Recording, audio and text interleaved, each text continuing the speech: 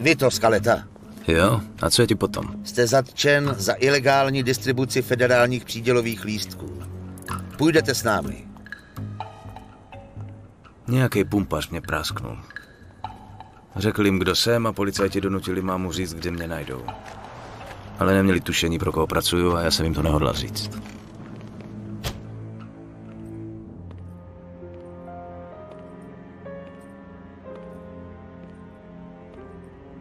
Henry mi sehnal právníka přes svýho šéfa Clementeho. Byl jsem ve sračkách, ale aspoň něco.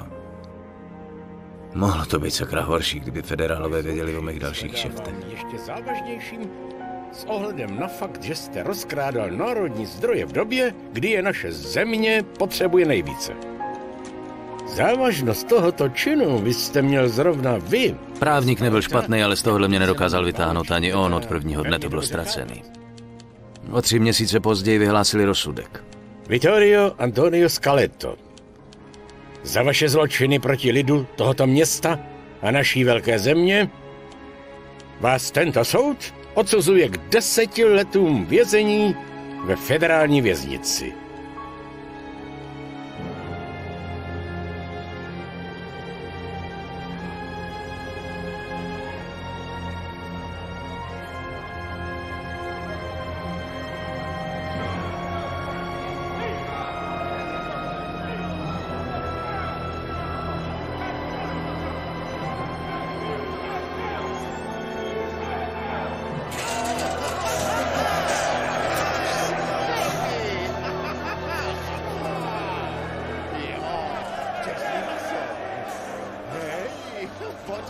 Federální basa, zloději, vrazi, zneužívači dětí, všichni tady byli.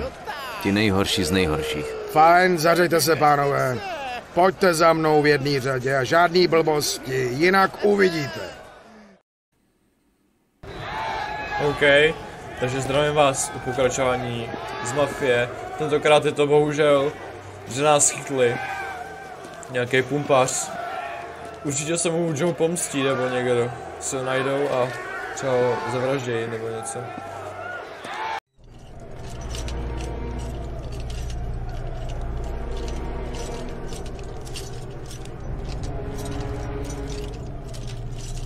Tady zastav, otoč se doprava. Ta druhá prava. Teď mě poslouchejte, kreténi. Jmenuji se kapitán Terence Stone a tohle je moje vězení. Jste uvnitř, protože se venku nedokážete chovat jako normální lidský bytosti. Nepleťte se. Vaše prdele jsou moje a budete dělat, co říkám. Jinak toho budete secakra litovat. Naserete mě a budu vás jebat do prdelí celý den obuškem. Poslali vás sem, abyste se rehabilitovali a my vás pořádně zrehabilitujeme. To si pište. Fajn, debilové. Pustíme vás na chvilku, jen abychom vás mohli umýt. A teď do řady za mnou.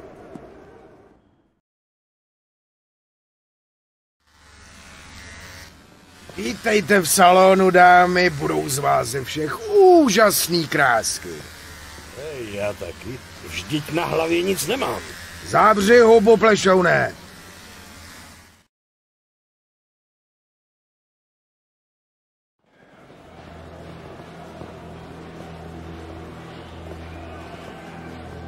Fajn, tak do toho. Hej, ty debile, kurva, dělej, co se ti řekne. To já konečně můžu chodit, hraju to 5 minut a ještě jsem si ani nešáhl na klávesnici. Tohle měl být můj domov na dalších 10 let. Vypadalo to pěkně na hovno a smrdělo to ještě hůř. Radši bych kličkoval mezi německýma kulkama v Evropě. To je stejně zajímavý, že jsem nešel znovu do války. Po 3 dnech plných úžasného čumění na zeď jsem dostal zprávu od Joe a měl jsem kontaktovat chlapka jménem Leo Galante, který by mě tady prej mohl pomoct. V base se nedá přežít na vlastní pěst. Hledám Lea Galante. Najdeš základy. Trpělivost mít musíš, luční kobylko. Aha.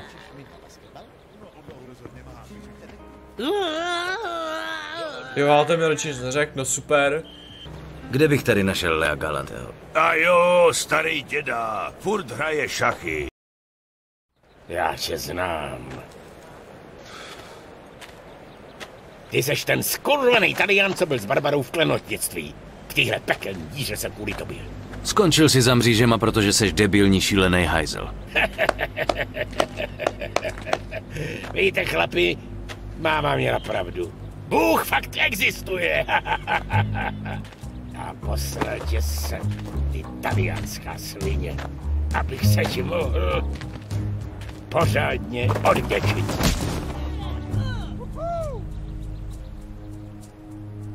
To vypadá zajímavě. Nechceš si vsadit?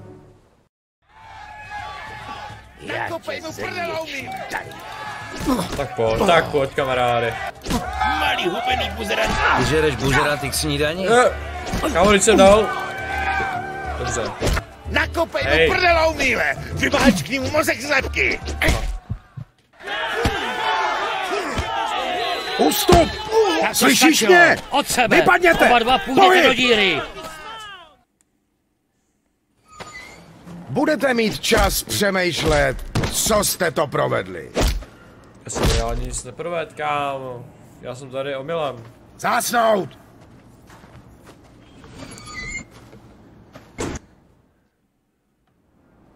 O'Neill mi málem urval hlavu, ale postavil jsem se mu. A něco vám řeknu, v lochu tohle znamená mnohem víc, než by si někdo z To vás pěkně, myslel. ale vidět, že to docela oddělilo, hele, vy to, neříkám nic.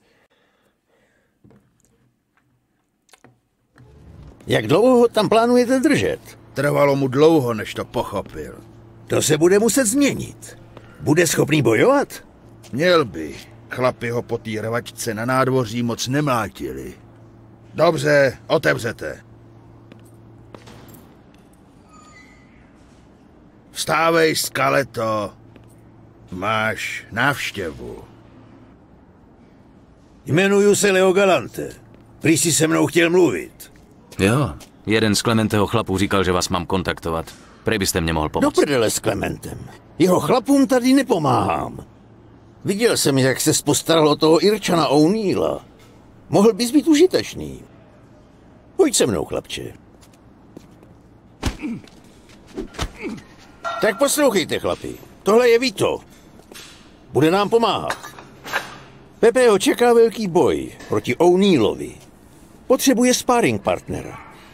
A co jsem viděl na nádvoří, ty seš na to chlap jako dělanej. Pomůžeš nám, chlapče. A na oplátku budeš pod mojí ochranou. A kdo ví, možná se přitom i něco málo naučíš. Takovýhle nabídce nemůžu říct ne. Nepamatuju se, že bych se ptal. Fajn, chlapi. Tak tu show rozjedeme. Fajn, chlapi. Tak do toho. Ještě jednou, Vito. Tak a je to. Učíš se rychle, chlapče. Fajn, chlapi. To by pro dnešek stačilo. Dobrá práce. Promiň, to by se naučil i dement. Jak blízko ses dostal ke Clementemu, Vito? Nikdy jsem ho neviděl, vždycky jsem jednal buď s Henry Thomasinem nebo Lukou Gurinem. Překvapuje mě, že ten buzerant Gurino ještě žije. Co jsi s nima měl? No, víte, udělali jsme pro něho pár fušek a... Luka říkal, že nás vezmou do rodiny za 5000. Cože? Zasraný Alberto. Vždycky to byla svině. Takže to je víc než normálně? Jo. Tak o 5000 víc než normálně. Nemusíš platit, abys mohl do rodiny, Vito. Do rodiny tě přibereme, jakmile prokážeš, že jsi věrný, pracovitý a že dokážeš zvládnout, však víš, život. V každém případě je tohle zajímavá zpráva. Až se tohle dostane ven, budou mít Alberto a Luka co vysvětlovat. Komu? Sakra. O to se nestarej. Promluvíme si o tom někdy jindy. Dávej bacha, kam jdeš, Kvajlo. Možná, že kdyby se zdíval, tak bys mě viděl, debile. Galante, bílej podvodník. Taky vás rád vidím, pane Wu. Podvodník? Vsadil si na vlastního chlapa a ten prohrál. Takhle to v téhle zemi funguje. Pak chce Wu odvetu. Myslím, že by se to dalo domluvit. Troufáš si na to, Vito? Číňan, dobře. Tak ať si přinese žebřík a jdeme. Fajn, Wu, budeš mít svou odvetu. A tentokrát žádný zatracený kung fu.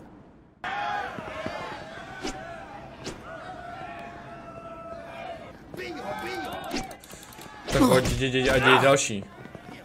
Pojď a dej mu rovnou knockout. Aha. Pojď, dáš mu knockout. Vito, pojď. No, Do zuby!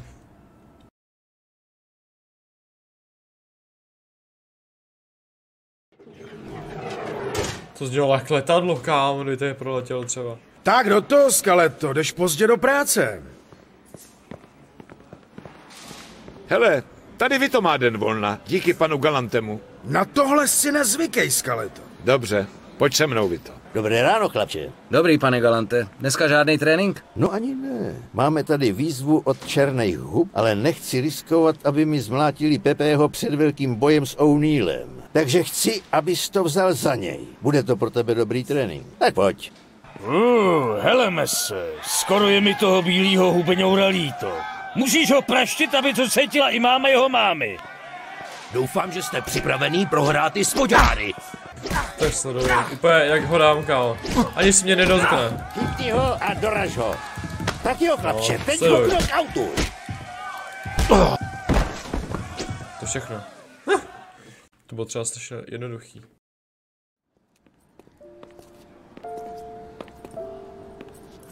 Ahoj, Vito. Hej, Franky. Jak se máš? Já dobře. Opravdu dobře, děkuju. A co jinak novýho? No, musím ti něco říct. Budu se vdávat, Vito. Madonna mia, tak to je skvělý. Sice mě mohl nejdřív požádat o tvou ruku, ale jsem fakt rád. Vito, jsi ve vězení. Podívej se na sebe. Jak jsi tohle mohl dopustit? Hele, už jsem dostal přednášku od soudce. Další nepotřebuju. Tak raději se na to vykašli. Vito, ještě něco ti musím říct. Máma A co jako? Co je s mámou? je nemocná, Vito. Už se to táhne několik týdnů a pořád se to nezlepšuje. Hele, Franky, zajdi k Joeovi. Schovává mi nějaký peníze a sežení toho nejlepšího doktora, co můžeš. A zbytek, ten si nech jako svatební dar. Vito. Ne, vem si to. Já teď peníze nebudu potřebovat. Vypadá to, že už budu muset jít. Postarej se o mámu. Mám ji rád. Řeknu jí to. A díky, Vito. Ahoj.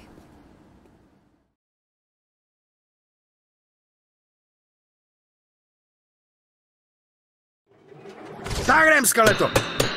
Ty hajzly se sami neumejou. No dobrý, no ne. Nechceš to vybušit ještě víc? Já mám pocit, že jsem hluchej, hele. Takže ty seš nová uklízečka, jo? Pojď za mnou.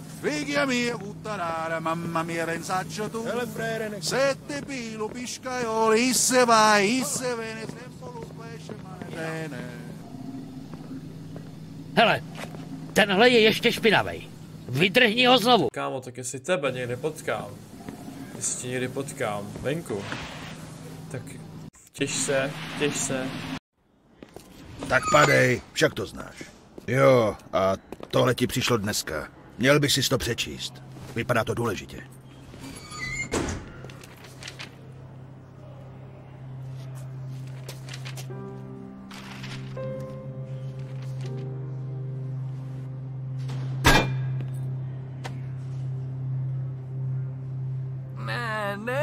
Ne. Do prde. Máma zemřela, když byla Francesca u mě. Místo na doktora a svatební dar šly všechny moje prachy na pohřeb. Rád tě zase vidí. A co se stalo? Irský mizerové si na férový boj netroufli. Pár jich včera skočilo na Pepeho. No, bylo jich víc než jen pár. No jo, ale tohle jim nemůžeme nechat projít. A co jste vymysleli? Pepe už to všechno vykoumal. Chtělo to trochu přesvědčování, ale O'Neill je sám v tělocvičně. Bachaři se tam nějakou dobu nedostanou. Dej mu jen pořádnej výprask, polámej mu pár kostí, stejně jako to udělali ti hajzlové mě. Jo, jasný. Tak pojď za mnou. Zom vás, kluku.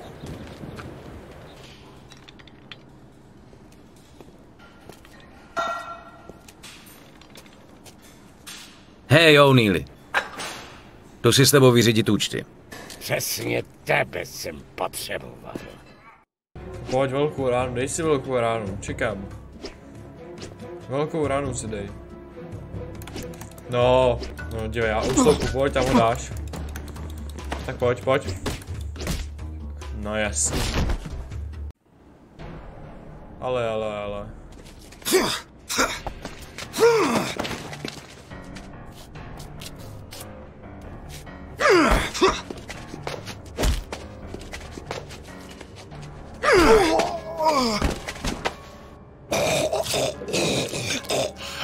Drž hubu!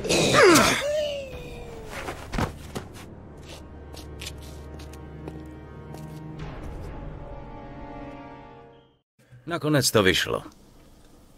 Nikdy nezjistili, kdo to udělal. Leo se postaral, aby mě přestěhovali do jeho cely. No a spíš to bylo apartmá.